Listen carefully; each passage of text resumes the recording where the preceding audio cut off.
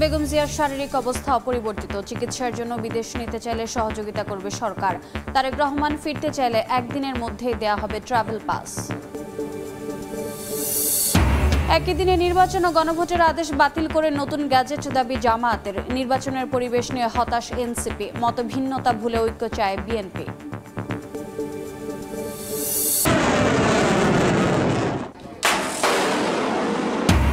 ক্ষেপণাস্ত্র উৎক্ষেপণের শেষ হলো বঙ্গোপসাগরে নৌবাহিনীর বার্ষিক মহড়া। যুদ্ধের কলাকৌশল প্রদর্শন, বরিশাল মেরিন একাডেমি থেকে 61 নাবিকের পাস আউট।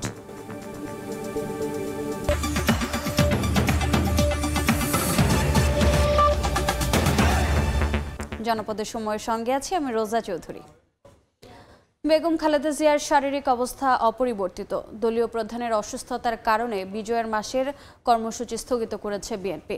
বিদেশে চিকিৎসার বিষয়ে এখনও মেডিকেল বোর্ড কোনো সিদ্ধান্ত নেয়নি বলেও জানান নেতারা। ফুসফুস ও হৃদযন্ত্রের সংক্রমণ নিয়ে রাজধানীর এভার কেয়ার হাসপাতালের সিসিইউতে চিকিৎসাধীন বিএনপি চেয়ারপারসন বেগম খালেদা জিয়া।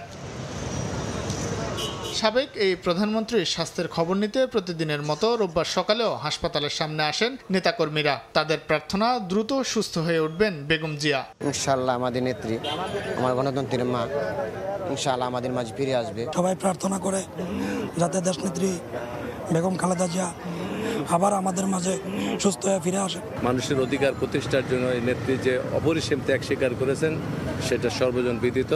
আজকে উনি যে অবস্থায় রয়েছেন সেখানে আমরা শুধু মানুষের কাছে দোয়া চাই। এদিন বিকেলে বেগম জিয়াকে দেখে গিয়ে এলডিপি চেয়ারম্যান অবসরপ্রাপ্ত কর্নেল অলি আহমদ জানান, দেশি বিদেশি চিকিৎসকের পরামর্শে চলছে বিএনপি নেত্রীর চিকিৎসা। এখানে যারা ডাক্তার আছে তারা এবং বিদেশ থেকে বিভিন্ন দেশ থেকে ডাক্তারদের পরামর্শ নিয়ে ওনার চিকিৎসা চলছে। এদিকে দুপুরে নয়াপল্টনের কেন্দ্রীয় কার্যালয়ে জরুরি সংবাদ সম্মেলনে বিএনপির সিনিয়র যুগ্ম মহাসচিব রুহুল কবির রিজভী জানান, বেগম খালেদা জিয়ার শারীরিক অবস্থা অপরিবর্তিত। বিদেশে চিকিৎসার বিষয়ে এখনও মেডিকেল বোর্ড কোনো সিদ্ধান্ত নেয়নি। তার শারীরিক অবস্থা অপরিবর্তিত রয়েছে এবং তার বিদেশ যাওয়ার ব্যাপারে তার মেডিকেল বোর্ড এখনো কোনো পরামর্শ দেননি। বেগম খালেদা জিয়া অসুস্থ থাকায় বিএনপির বিজয় দিবসের কর্মসূচি স্থগিত করা হয়েছে বলেও জানান রিজভী। এই কর্মসূচিটি স্থগিত রাখছে। শাহিন আলম, সময় সংবাদ, ঢাকা। তারেক রহমান দেশে ফিরতে চাইলে সরকার একদিনের মধ্যে ট্রাভেল পাস দেবে বলে জানিয়েছেন পররাষ্ট্র উপদেষ্টা। চিকিৎসার জন্য বেগম জিয়াকে বিদেশ নিতে চাইলেও সরকার সহযোগিতা করবে। আওয়ামী লীগ ছাড়াই নির্বাচন হবে জানিয়ে তৌহিদ হোসেন বলেন, তারেক রহমানের দেশে আসার ওপর নির্বাচন গ্রহণযোগ্যতা নির্ভর করে না। বিএনপি চেয়ারপারসন বেগম খালেদা জিয়ার গুরুতর অসুস্থতার সময়ে লন্ডনে দলের ভারপ্রাপ্ত চেয়ারম্যান এবং ছেলে তারেক রহমান দেশে ফেরা নিয়ে তার ফেসবুক স্ট্যাটাস রাজনীতির পাশাপাশি এখন কূটনীতির ময়দানেও আলোচনার বিষয়। রোববার দুপুরে জাতীয় প্রেস ক্লাবে কূটনীতিক সাংবাদিক প্রতিনিধিদের সংগঠন ডিক্যাবের আলাপনে উঠে আসে প্রসঙ্গ। এক প্রশ্নের জবাবে পররাষ্ট্র উপদেষ্টা জানান, তারেক রহমানের দেশে ফেরা নিয়ে সরকারের কোনো বাধা নেই। তার দেশে ফেরা নিয়ে মন্ত্রণালয় বা দূতাবাসের কাছে নেই কোনো তথ্য। তারেক রহমান ফিরতে চাইলে একদিনের মধ্যে ওয়ান টাইম ট্রাভেল পাসের ব্যবস্থা করা হবে বলেও জানান তৌহিদ হোসেন। বাংলাদেশ সরকারের পক্ষ থেকে কোনো বিধিনিষেধ নেই। তারেক রহমান সাহেবের দেশে আসার ব্যাপারে আগ্রহ আছে কি নাই সেটা আপনাদের মাধ্যমে আমি জানি, কারণ পত্রপত্রিকাতে যেটুকু আসে। আমার কাছে আলাদাভাবে কোনো ধরনের কোনো তথ্য নাই। পাসপোর্ট থাকে না বা মেয়াদ উত্তীর্ণ হয়ে যায়, তখন কেউ যদি আসতে চান তাকে আমরা ওয়ান টাইম পাস একটা দিয়ে দিই আর কি, একবার দেশে আসার জন্য। তো এটা দিতে একদিন লাগে। উনি যদি আজকে বলেন যে উনি আসবেন, আগামীকাল আমরা এটা দিয়ে পরশুদিন উনি প্লেনে উঠতে পারবেন, কোনো অসুবিধা নেই। বাংলাদেশ যদি তার নাগরিককে ফেরত আসতে দিতে চায়, আরেকটি দেশ সেটা কি করে নিষেধ করবে বা বন্ধ করবে?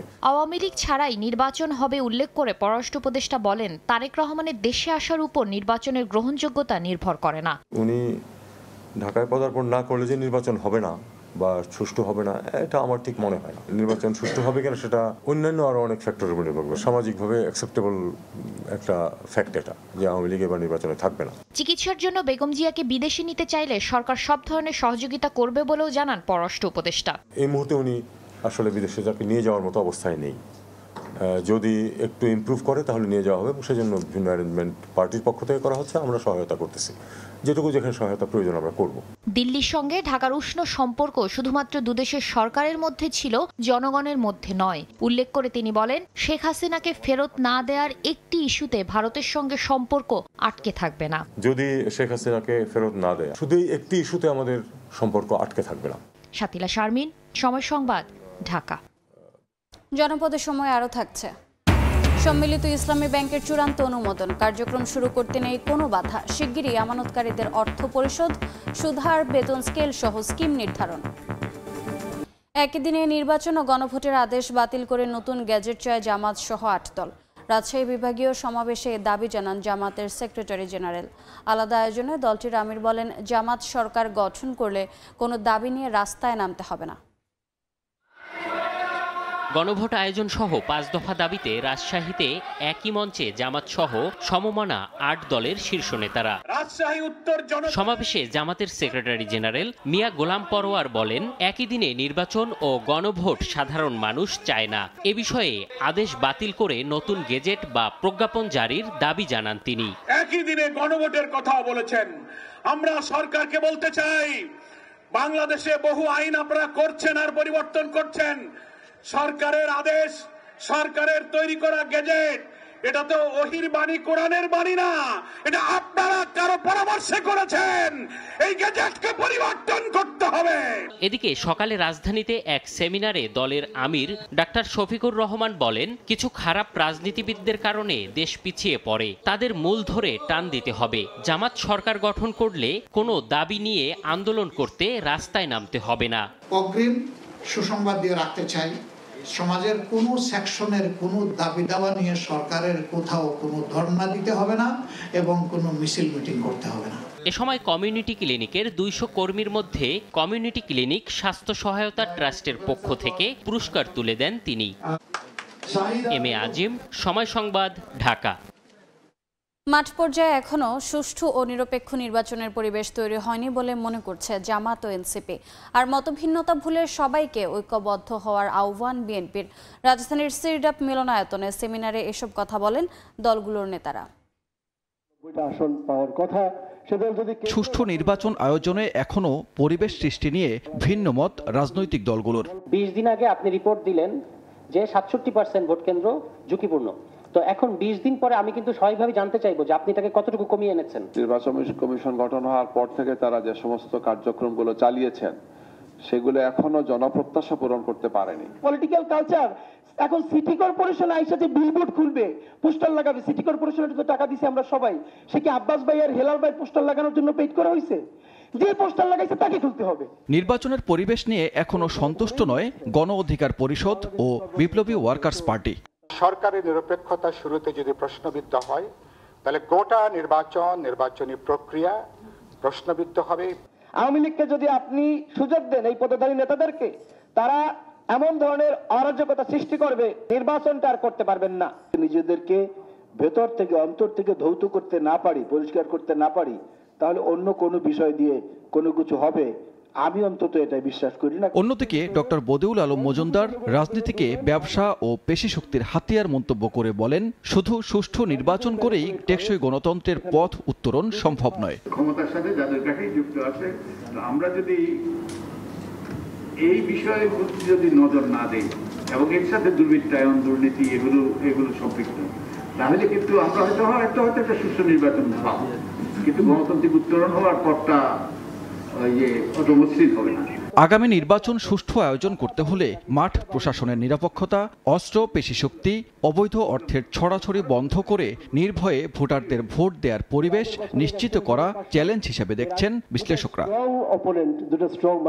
সানবীর রূপল, সময় সংবাদ, ঢাকা।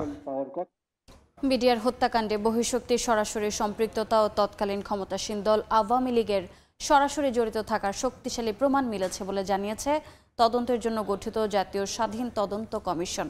প্রধান উপদেষ্টা প্রফেসর মোহাম্মদ ইউনূসের কাছে তাদের প্রতিবেদন জমা দিয়েছে কমিশন।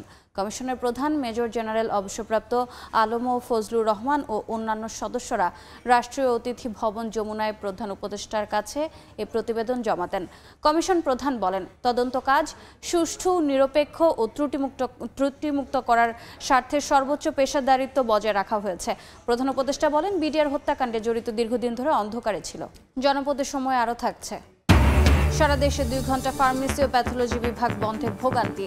10ম গ্রেড বাস্তবায়নের দাবি না মানলে 4 ডিসেম্বর থেকে পূর্ণ দিবস ধর্মঘটের ডাক। জমি নিয়ে বিরোধের জেরে কুড়িগ্রামের নাগেশ্বরীতে দুপক্ষের সংঘর্ষে 3 জন নিহত হয়েছেন।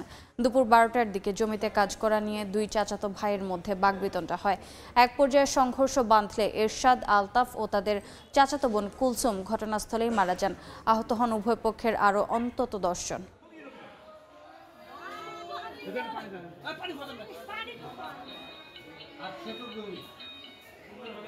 সম্মিলিত ইসলামী ব্যাংকের চূড়ান্ত অনুমোদন দিয়েছে বাংলাদেশ ব্যাংক বোর্ড সভা। এর মাধ্যমে নতুন ব্যাংকের কার্যক্রম শুরু করতে আর কোনো বাধা থাকল না। অর্থ মন্ত্রণালয়ের আবেদনের পরিপ্রেক্ষিতে গেল 9 নভেম্বর প্রাথমিক অনুমোদন পায় সম্মিলিত ইসলামী ব্যাংক। শিগগিরই আমানতকারীদের অর্থ পরিশোধ, সুদ হার, বেতন স্কেল সহ বিস্তারিত স্কিম নির্ধারণ করা হবে। 10ম গ্রেড বাস্তবায়নের দাবিতে সারা দেশে 2 ঘন্টা কর্মবিরতি পালন করেন মেডিকেল টেকনোলজিস্ট ও ফার্মাসিস্টরা। ফার্মেসি ও প্যাথোলজি বিভাগ বন্ধ থাকায় ভোগান্তিতে পড়েন রোগীরা। দাবি না মানলে 3রা ডিসেম্বর অর্থ দিবস ও পরদিন থেকে পূর্ণ দিবস কর্মবিরতির ঘোষণা দেন আন্দোলনকারীরা।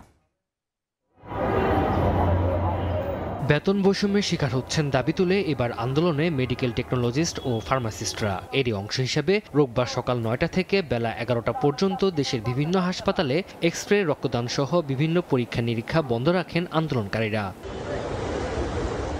2 ঘন্টা বন্ধ থাকে হাসপাতালের ফার্মেসিও। 10ম গ্রেড বাস্তবায়নের দাবিতে কর্মবিরতিতে নামেন চট্টগ্রাম মেডিকেল টেকনোলজিস্ট ও ফার্মাসিস্টরা। একই দাবিতে সরব ছিলেন রংপুরের টেকনোলজিস্ট ও ফার্মাসিস্টরাও। ময়মনসিংহ মেডিকেল কলেজ হাসপাতালের সামনে ও কলেজ ফটকের সামনেও ছিল কর্মসূচি। দাবি না মানলে 4 ডিসেম্বর থেকে সারা দেশে সরকারি বেসরকারি হাসপাতালে কমপ্লিট শাটডাউনের ঘোষণা তাদের। কোনো কুল কিনারা পাচ্ছি না, তখন আমরা রাস্তায় নেমেছি। নোয়াখালী, দিনাজপুর, যশোর, ঝিনাইদহ ছিল কর্মবিরতি। এই সময় বক্তারা বলেন, স্বাস্থ্য ঝুঁকি নিয়ে কাজ করলেও ন্যায্য গ্রেড থেকে হচ্ছেন বঞ্চিত। অর্থনৈতিক একটা সমাধান বা অর্থনৈতিক একটা অর্জন আমাদের এই 10ম গ্রেড বাস্তবায়ন হলে আমরা এটা পেতে পারি। কর্মবিরতির কারণে পরীক্ষা নিরীক্ষা বন্ধ থাকায় সৃষ্টি হয় ভোগান্তি। কিসের জন্য আন্দোলন করে? আমাদের ওষুধ না দিয়ে দাঁড়া করে রাখছি। অনেক অপারেশনের রোগী আছে, তারা ওষুধের লেগে দাঁড়ায় আছে। ঢাকা মেডিকেল কলেজ হাসপাতালের টেকনোলজিস্ট ও ফার্মাসিস্টরাও একাত্মতা প্রকাশ করেছিলেন কর্মবিরতিতে। আমাদের ন্যায্য অধিকার। তানজিল হাসনাত, সময় সংবাদ। ক্ষেপণাস্ত্র উৎক্ষেপণের মাধ্যমে শেষ হলো বঙ্গোপসাগরে নৌবাহিনীর বার্ষিক মহড়া। এতে তুলে ধরা হয় নৌ কমান্ডোদের যুদ্ধের নানা কৌশল। এদিকে বরিশালের মেরিন একাডেমি থেকে পাস আউট করেন 61 জন নাবিক।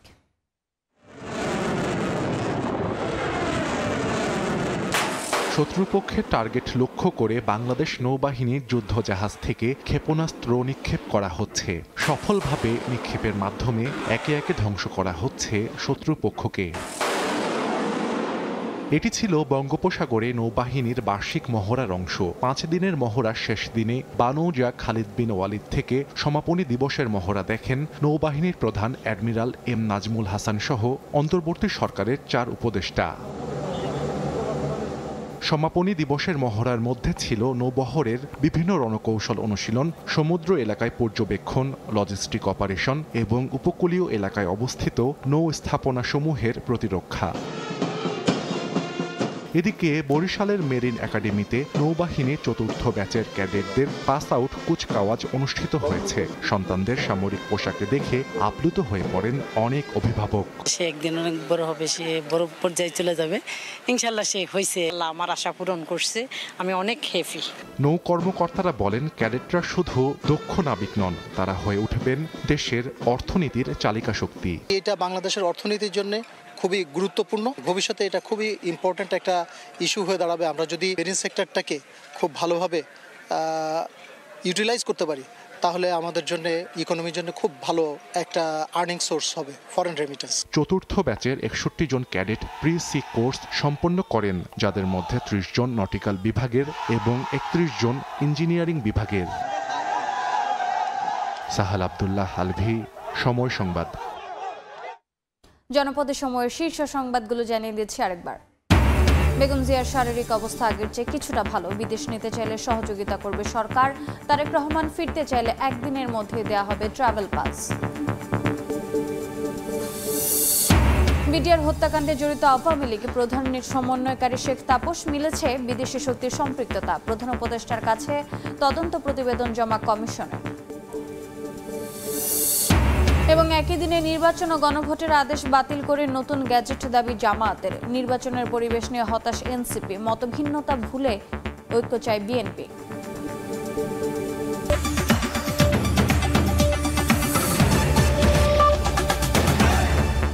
এই ছিল জনপদের সময়। এরপর রাতের সময় নিয়ে সঙ্গে থাকবেন গোলাম রাব্বি।